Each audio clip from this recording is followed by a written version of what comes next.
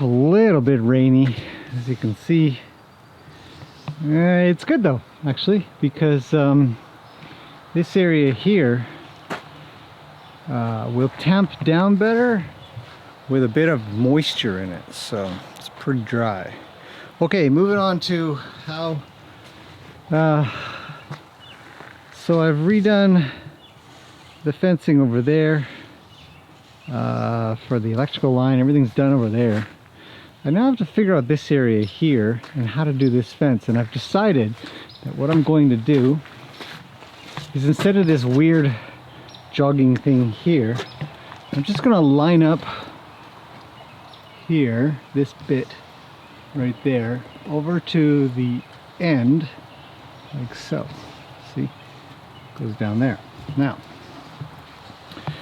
then what we do, figure out where the corner is going to go. I've got a string, and this string goes all the way to the end, or along that log, so it stays very parallel. You can see that. So what happens is you're able to figure out exactly where your corner is going to go, and then once you figured out the corner, that's good, because then we can figure out this line along the front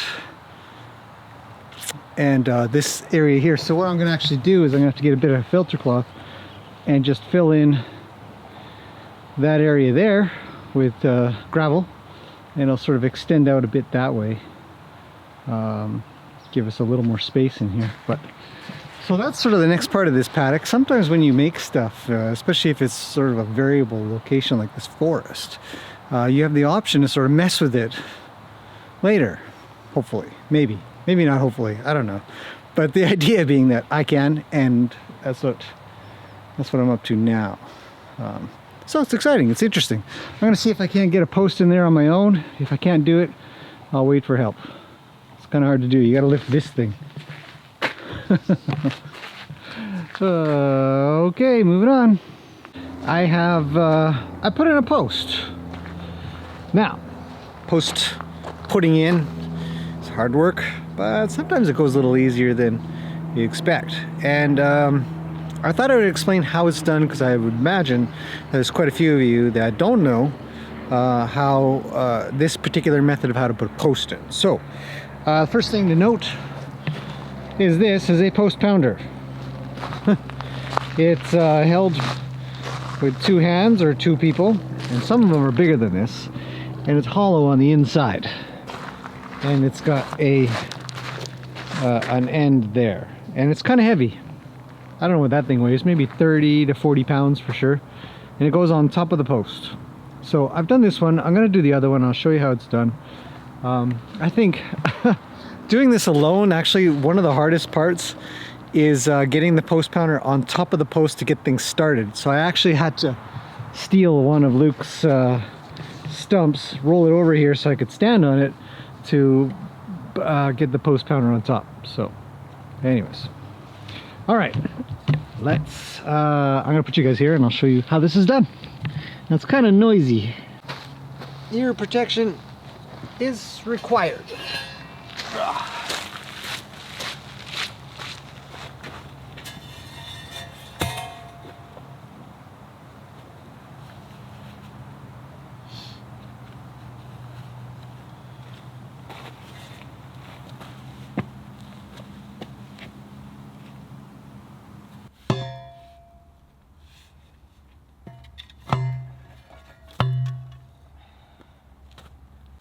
Now I check to see if it's level.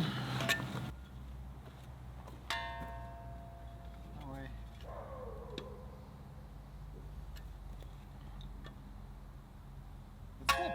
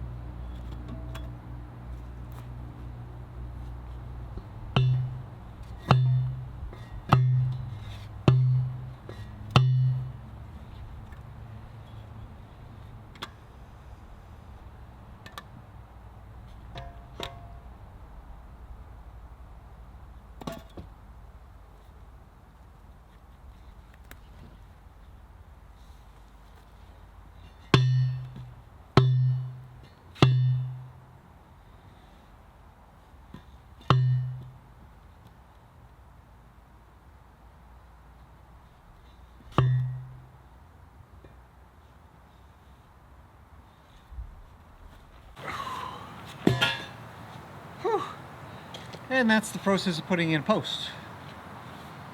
Granted, this one was one of the easier ones.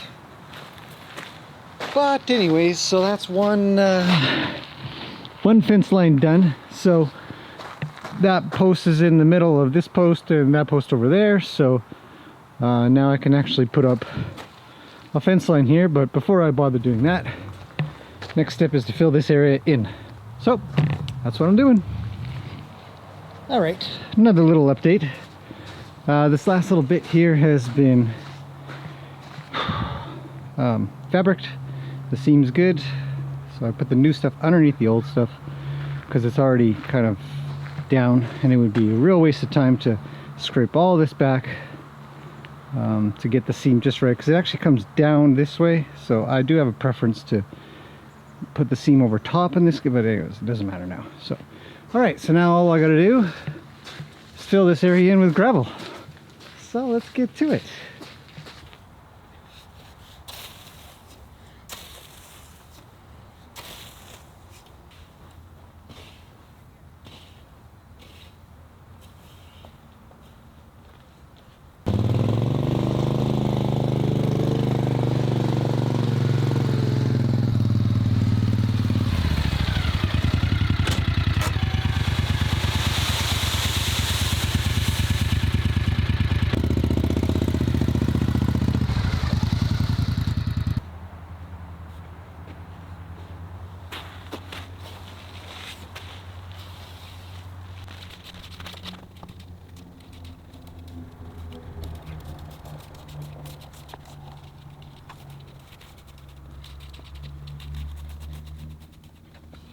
A little bit more.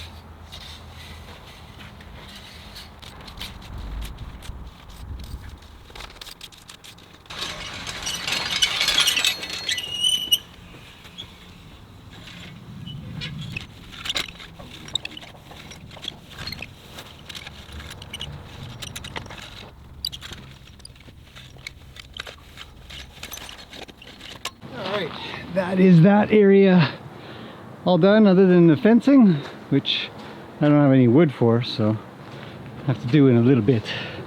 I'm going to use treated wood. Lasts longer. Cool. Looking good. Next. Well, I've been working on the paddock, and look at this thing. It's growing great. Anyhow, been working on the paddock, and then these two, I'm not sure what's happening, but Springer's been running around like he's got somewhere to go. And Luke's sort of standing around wondering what the heck, and sometimes he goes. Sky mostly just sort of toodles around, he's not doing anything. But here, I'm gonna walk by and I'm just gonna ignore him. Just gonna ignore him, just walk on by. See, he's got something to say, right? He's talking to me. And he gets sort of worried. I'm just gonna keep going. Just gonna walk off.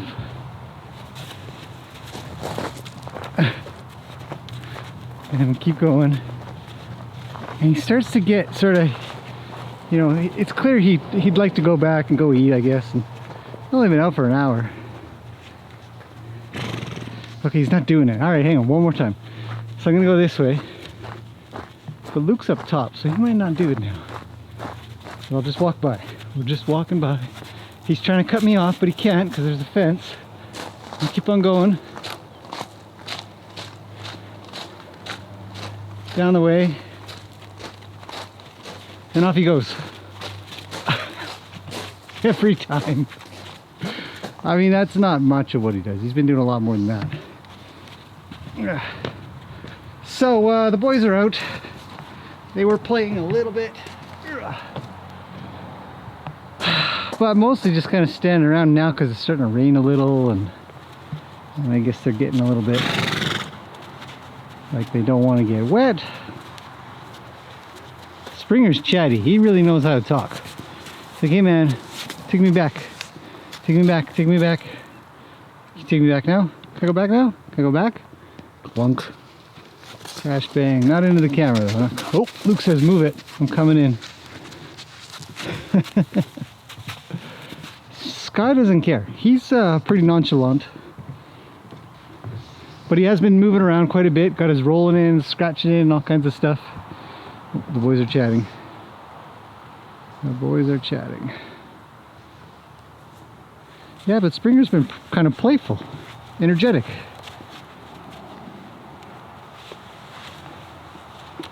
I'm worried for Luke. He gets sweet itch real easy. And it's about that time of year. So, well, pretty lazy. Okay, before it starts really raining, let me show you some progress. Very, very busy. I still got, I mean, I've got a few hours left in me, I'm sure, but I don't have any supplies. I gotta go. I gotta get gates and I gotta get wood, lumber, fencing, essentially.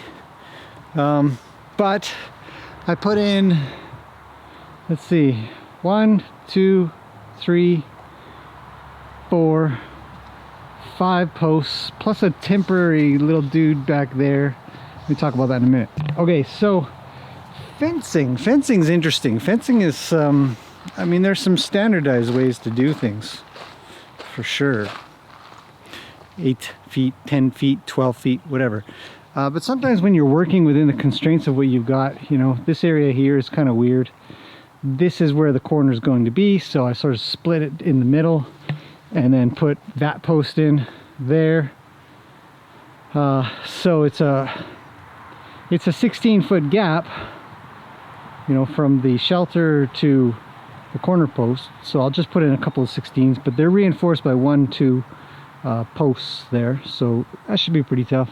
Lots of gravel in here, obviously, and the water's too full to move, so there it lives until it gets a little emptier. And then along here, I've still got my line up because I've got to put one more post up, and so I'll talk about that in a second.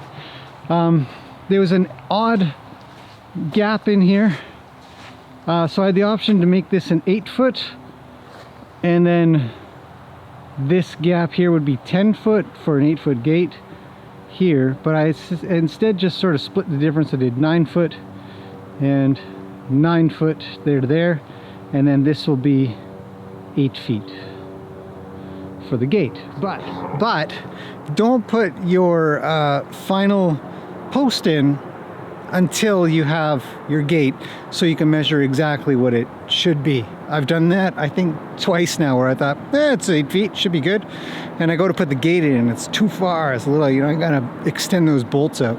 So when you get your gate, you know, that's when you make triple sure and put in your last post. I'm not going to use the white fencing, just like I didn't use it much.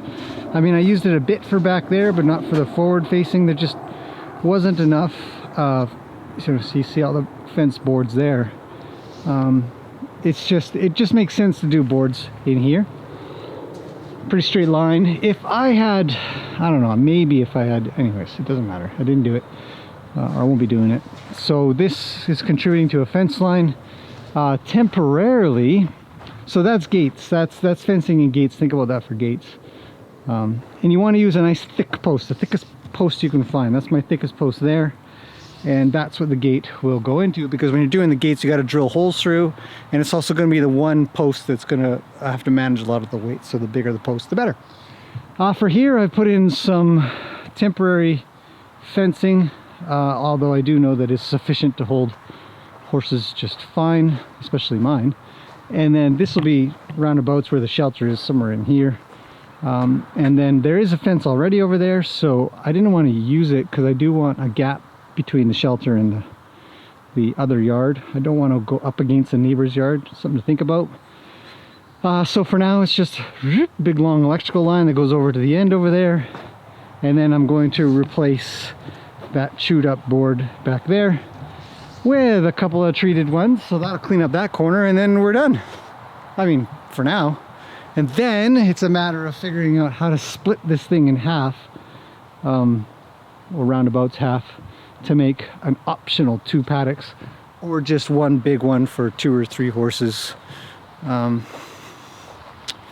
So that's it, that's the space. I'm all done for today. Day number 4, paddock number 8.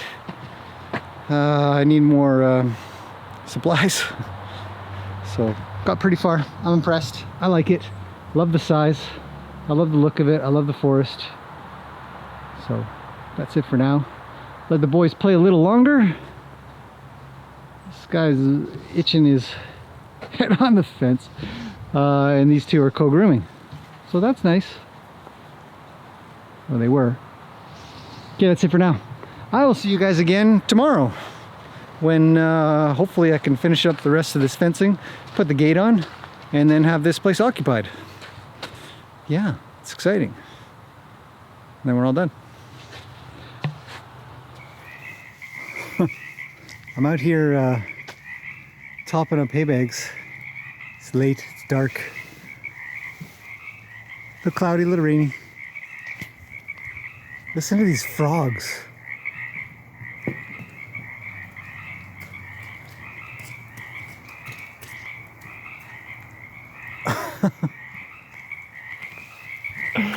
It's crazy. Kind of cool. Anyways, that's it. Just want to share that with you guys. They're so close too.